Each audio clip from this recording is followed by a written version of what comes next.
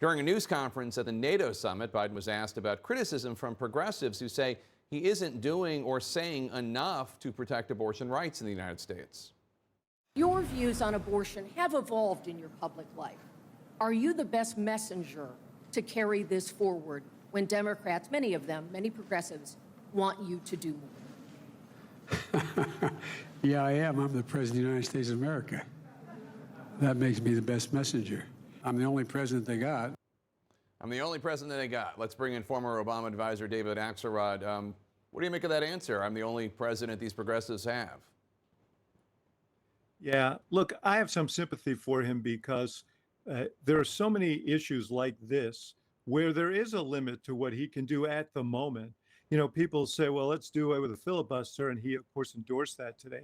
But he doesn't have, Jake, you know this, he doesn't have 50 votes to do away with the filibuster. And he doesn't really have a magic wand that can create that or make 48 votes the requirement to change the rule.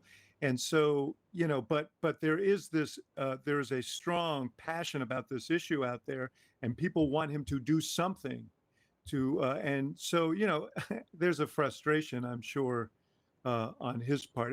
It was not the best answer. I will give you that. But I also, you know, I feel his pain because I know what it's like to be sitting in these situations and being pummeled by elements of your own community. Today, in addition to criticizing the court's decision to get rid of Roe v. Wade, President Biden called for a change in the Senate rules, as you know, the filibuster rules.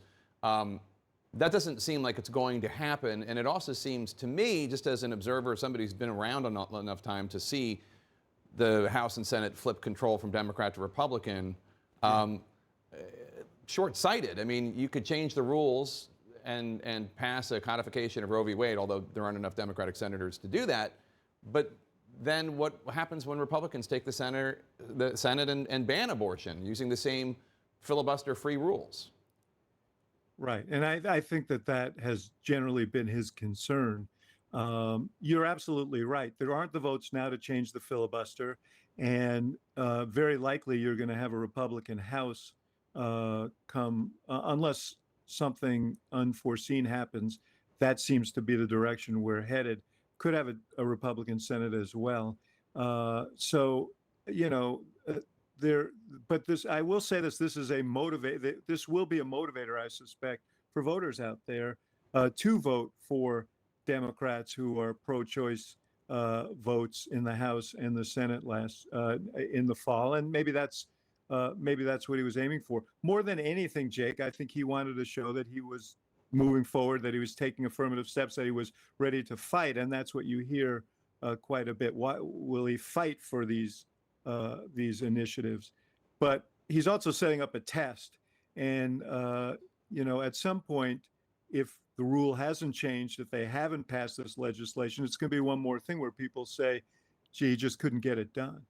Well, he's not going to be able to get it done. Manchin and Sinema aren't going to do it, and those are just the two taking it on the chin for it. There are lots of Democratic senators very concerned, less publicly so, about changing the filibuster rules for the reason I explained. Yes, yes. So and Manchin and Sinema provided cover for them. So yeah, I mean, this is the lot that Biden finds himself in. There is this sense that things are kind of out of control, and he's not in command. And this lends to that. You know, inflation is, no one president could control inflation, but it is it's a gale force wind right now. It's affecting politics. Very hard to come. You know, you heard him on gas prices today. Talks about the gas tax holiday, but he's not going to get the gas tax holiday. And there are a lot of Americans who are skeptical about whether that would help. So there, you know. This is a very, very fraught environment for him right now. In fact, just because I was just reading Barack Obama's latest memoir, President Obama credits opposing the gas tax holiday in 2007, 2008. He says, and because McCain and Hillary Clinton were in favor of it in 2008, yes. and his opposition, he thinks, is the reason that he beat her in North Carolina and tied with her in Indiana and became the Democratic nominee. Yeah, and you know, he did on his own.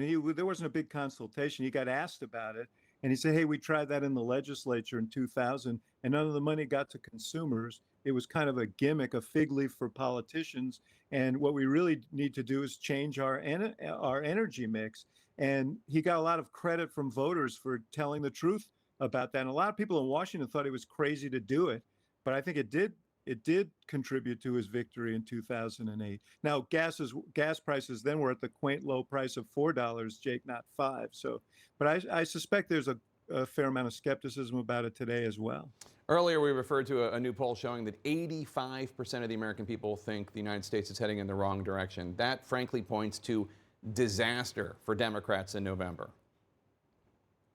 Yeah. Look, there are a lot of, if you were looking at the chart, you'd say the vitals are not good. The president's approval ratings at 38%.